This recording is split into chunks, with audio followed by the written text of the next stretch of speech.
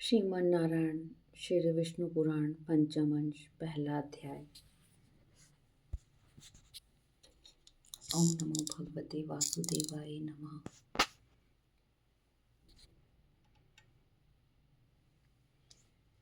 वसुदेव देवकी का विवाह, भार पीड़िता पृथ्वी का देवताओं के सहित क्षीर समुद्र पर जाना और भगवान का प्रकट होकर उसे धैर्य बंधवाना, कृष्ण अवतार का उपक्रम। श्री मैत्रेय जी बोले, भगवान, आपने राजाओं के संपूर्ण वंशों का विस्तार तथा उनके चरित्रों का क्रमशः यथावत वर्णन किया।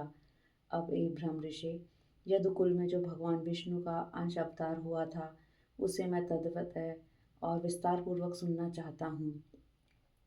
हे मुने, भगवान पुरुषोत्तम ने अपने अंश अंश से पृथ्वी पर अवतीर्ण होकर जो जो काम किए थे, उन सब का आप मुझे वर्णन कीजिए। श्री पराशर जी बोले, हे मैत्रेय, तुमने मुझसे जो पूछा है वह संसार में परम मंगलकारी भगवान विष्णु के अंश अवतार का चरित्र सुनो। हे मामुने, पूर्व काल में देवक की महाभाग्यशालिनी पुत्री देवी स्वरूपा देवकी के साथ वसुदेव जी ने विवाह किया। वसुदेव और देवकी के वैवाहिक संबंध होने के अनंतर भोजनंदन कंस सारथी बनकर उन दोनों का मांगलिक रथ हाँकने लगा।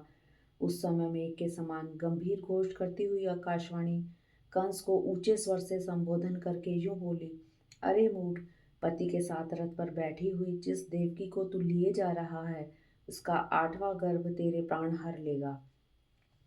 श्री पराशर जी बोले, यह सुनते ही महाबली कंस ने खड्ग निकालकर देवकी को मारने के लिए उद्यत हुआ। तब वसुदेव जी यूं कहने लगे, हे महाभाग, हे अनग, आप देवकी का वध ना करें, मैं इसके गर्भ से उत्पन्न हुए सभी बालक आपको सौंप दूंगा। हे द्विजोत्तम, तब सत्य के गौरव कंस ने वसुदेव जी से बहुत अच्छा कह देवकी का वध नहीं किया। इसी समय अत्यंत भार से पीड़ित होकर पृथ्वी गो का रूप धारण कर सुमेरु पर्वत पर देवताओं के दल में गई। वहां उसने ब्रह्मा जी के सहित समस्त देवताओं को प्रणाम कर खेद पूर्वक करुण स्वर से बोलती हुई अपना सारा वृतांत कहा। पृथ्वी बोली, जिस प्रकार अग्नि सुवर्ण का तथा सूर्य गो समूह का परम गुरु है, उसी प्रकार संपूर्ण लोकों के गुरु श्री नारायण मेरे गुरु हैं। वे प्रजापति के पति और पूर्वजों के पूर्वज ब्रह्मा जी हैं तथा वे ही कला काष्ठा निमेष स्वरूप अव्यक्त मूर्तिमान काल हैं। हे देव श्रेष्ठ गण, आप लोगों का समूह भी उन्हीं का अंश स्वरूप है। आदित्य, मरुदगण, साध्यगण, रुद्र, वसु, अग्नि, पितृगण और अत्रि आज आदि प्रजापतिगण, ये सब अप्रमेय महात्मा विष्णु के ही रूप हैं। यक्ष, राक्षस, दैत्य, पिशाच, सर्प, दानव, गंधर्व और अप्सरा आदि भी महात्मा विष्णु के ही रूप हैं। ग्रह, नक्षत्र तथा तारागणों से चित्रित आकाश, अग्नि, जल, वायु, मैं और इंद्रियों के संपूर्ण विषय, यह सारा जगत विष्णु में ही है। तथापि उन अनेक रूपधारी विष्णु के ये रूप समुद्र की तरंगों के समान दिन रात एक दूसरे के बाध्य बाधक होते रहते हैं। इस समय कालनेमी आदित्य दैत्यगण मृत्युलोक पर अधिकार जमा कर दिन रात जनता को कलेशित कर रहे हैं। जिस कालनेमी को सामर्थ्यवान भगवान विष्णु ने मारा था, इस समय वही उग्रसेन के पुत्र महान असुर कंस के रूप में उत्पन्न हुआ है। अरिष्ट, धेनुक, केशी, प्रलंब, नरद, सुंद, बलि का पुत्र आदि भयंकर बाणासुर तथा और भी जो महाबलवान दुरात्मा राक्षस राजाओं के घर में उत्पन्न हो गए हैं, उनकी मैं गणना नहीं कर सकती। हे दिव्य मूर्तिधारी देवगण, इस समय मेरे ऊपर महाबलवान और गर्विले दैत्य राजों की अनेक अक्षौहिणी सेनाएं हैं। हे अमरेश्वरों, मैं आप लोगों को यह बतलाए देती हूँ कि अब मैं उनके अत्यंत भार से पीड़ित होकर अपने को धारण करने में सर्वदा असमर्थ हूँ। अतः हे महाभागगण, आप लोग मेरे भार उतारने का कोई ऐसा उपाय कीजिए जिससे मैं अत्यंत व्याकुल होकर रसातल को न चली जाऊं। पृथ्वी के इन वाक्यों को सुनकर उसके भार उतारने के विषय में समस्त देवताओं की प्रेरणा से भगवान ब्रह्मा जी ने कहना आरंभ किया, हे देवगण, पृथ्वी ने जो कुछ कहा है वह सर्वदा सत्य ही है। वास्तव में मैं, शंकर और आप सब लोग नारायण स्वरूप ही हैं।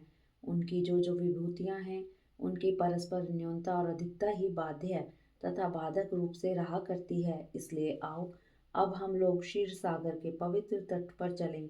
वहाँ श्री हरि की आराधना कर यह संपूर्ण वृत्तांत उनसे निवेदन कर दें, ये विश्व रूप सर्वात्मा सर्वदा संसार के हित के लिए ही अपने शुद्ध सत्वांश से अवतीर्ण होकर पृथ्वी में धर्म की स्थापना करते हैं। श्री पराशर जी बोले। ऐसा कहकर देवताओं के सहित पितामह ब्रह्मा जी वहां गए और एकाग्रचित से श्री गरुड़ भगवान की इस प्रकार स्तुति करने लगे। ब्रह्मा जी बोले, हे वेदवाणी के अगोचर प्रभु, परा और अपरा ये दोनों विद्याएं आप ही हैं। हे नाथ, वे दोनों आप ही के मूर्त और अमूर्त रूप हैं। हे अत्यंत सूक्ष्म, हे विराट स्वरूप, हे सर्वज्ञ। शब्द ब्रह्म और पर ब्रह्म ये दोनों आप ब्रह्म में के ही रूप हैं। आप ही ऋग्वेद, यजुर्वेद, सामवेद और अथर्ववेद हैं तथा आप ही शिक्षा, कल्पतरु, निरुक्त, छंद और ज्योतिष शास्त्र हैं। हे प्रभु, हे अधोक्षज, पुराण, इतिहास, व्याकरण, मीमांसा, न्याय और धर्मशास्त्र ये सब आप ही हैं। हे आदिपते, जीवात्मा, परमात्मा, स्थूल सूक्ष्म देह तथा उनका कारण अव्यक्त, इन सब के विचार से युक्त जो अंतरात्मा और परमात्मा के स्वरूप का बोधक वाक्य है वह भी आपसे भिन्न नहीं है। आप अव्यक्त, अनिर्वाच्य, अचिंत्य, नाम वर्ण से रहित, हाथ पांव तथा रूप से हीन, शुद्र, सनातन और पर से भी पर हैं। आप कर्णहीन होकर भी सुनते हैं, नेत्रहीन होकर भी देखते हैं, एक होकर भी अनेक रूपों में प्रकट होते हैं, हस्त पाद आदि से रहित होकर भी बड़े वेगशाली और ग्रहण करने वाले हैं तथा सबके अवेद होकर भी सबको जानने वाले हैं। हे परमात्मन, जिस धीर पुरुष की बुद्धि आपके श्रेष्ठतम रूप से पृथक और कुछ भी नहीं देखती, आपके अणु से भी अणु और दृश्य स्वरूप को देखने वाले उस पुरुष की आत्यंतिक अज्ञान निवृत्ति हो जाती है। आप विश्व के केंद्र और त्रिभुवन के रक्षक हैं। संपूर्ण भूत आप ही में स्थित है तथा जो कुछ भूत, भविष्य और अणु से भी अणु है वह सब आप प्रकृति से परे एकमात्र परम पुरुष ही हैं। आप ही चार प्रकार का अग्नि होकर संसार को तेज और विभूति दान करते हैं। हे अनंत मूर्ते, आपके नेत्र सब ओर हैं। हे दाता, आप ही त्रिविक्रम अवतार में तीन लोकों में अपने तीन पग रखते हैं। हे ईश, जिस प्रकार एक ही अविकारी अग्नि विकृत होकर नाना प्रकार से प्रज्वलित होता है, उसी प्रकार सर्वगत रूप आप एक ही अनंत रूप धारण कर लेते हैं। एकमात्र जो श्रेष्ठ परम पद है वह आप ही हैं। ज्ञानी पुरुष ज्ञान दृष्टि से देखे जाने योग्य आपको ही देखा करते हैं। हे परात्मन, भूत और भविष्य जो कुछ स्वरूप है वह आपके अतिरिक्त और कुछ भी नहीं है। आप व्यक्त और अव्यक्त स्वरूप हैं, समष्टि और व्यष्टि रूप हैं। आप ही सर्वज्ञ, सर्वसाक्षी, सर्वशक्तिमान एवं संपूर्ण ज्ञान, बल और ऐश्वर्य से युक्त हैं। आप हास और विधि से रहित, स्वाधीन, अनादि और जितेंद्रिय हैं तथा आपके अंदर श्रम, तंद्रा, भय, क्रोध और काम आदि नहीं हैं।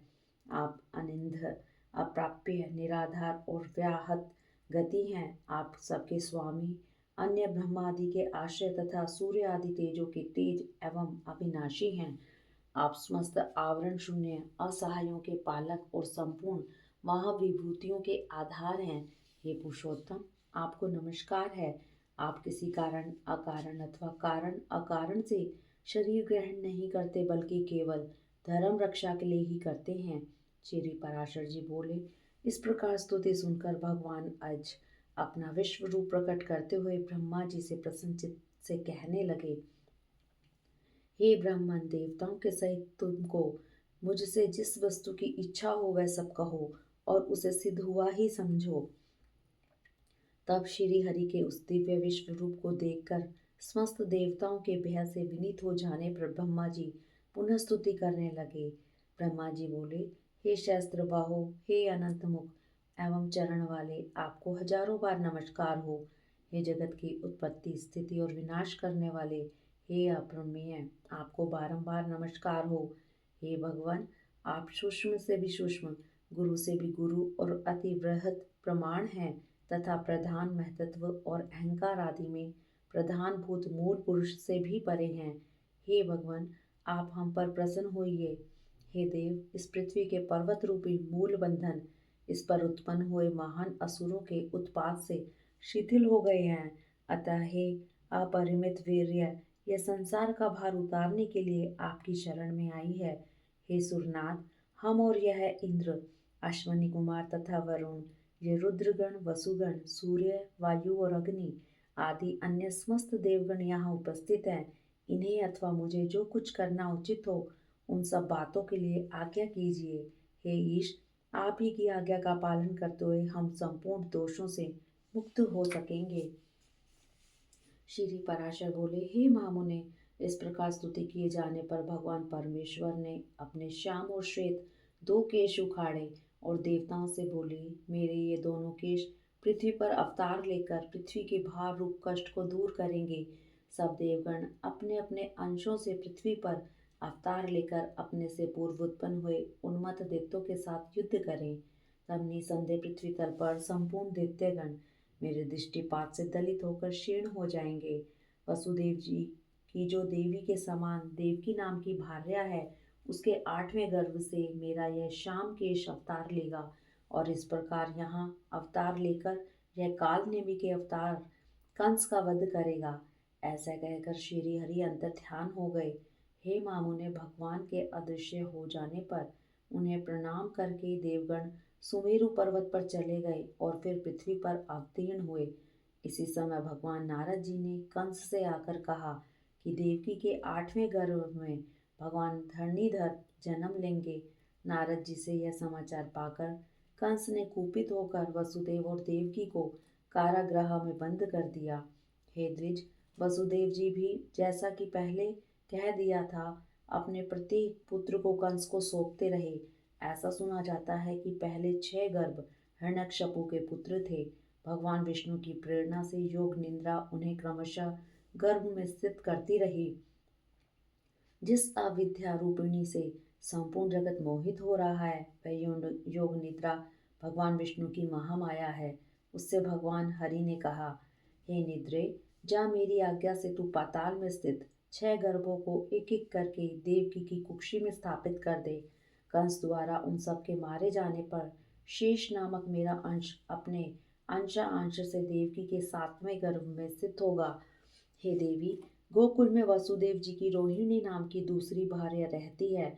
उसके उदर में उस 7वें गर्भ को ले जाकर तो इस प्रकार स्थापित कर देना जिससे वह उसी के जठर से उत्पन्न हुए के समान जान पड़े। इसके विषय में संसार यही कहेगा कि कारागार में बंद होने के कारण भोजराज कंस के भय से देवकी का 7वां गर्भ गिर गया। वह श्वेत शैल शिखर के समान वीर पुरुष गर्भ से आकर्षण किए जाने के कारण संसार में संकर्षण नाम से प्रसिद्ध होगा।